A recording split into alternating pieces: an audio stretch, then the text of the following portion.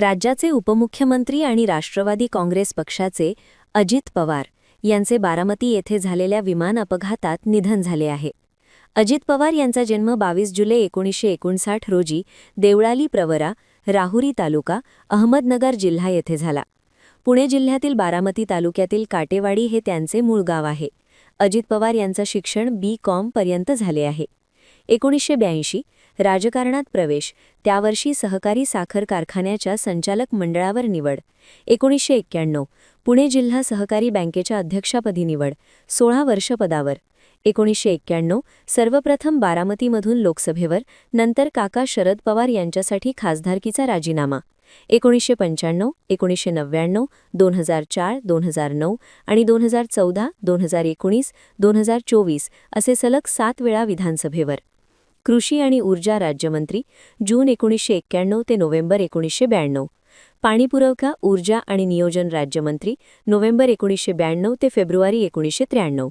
पाटबंधारे मंत्री कृष्णा खोरे आणि कोकण पाटबंधारे, फलोत्पादन ऑक्टोबर 1999 ते जुलै 2004.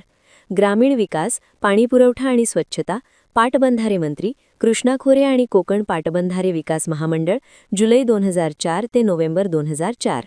जलसंपदा मंत्री कृष्णा खोरे पाटबंधारे वगळून जलसंपदा आणि स्वच्छता, नोव्हेंबर 2004 ते नोव्हेंबर 2009.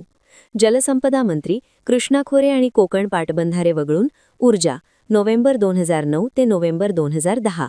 उपमुख्यमंत्री वित्त, नियोजन आणि ऊर्जा, नोव्हेंबर 2010 ते सप्टेंबर 2012. उपमुख्यमंत्री वित्त, नियोजन आणि ऊर्जा, डिसेंबर 2012 ते सप्टेंबर 2014.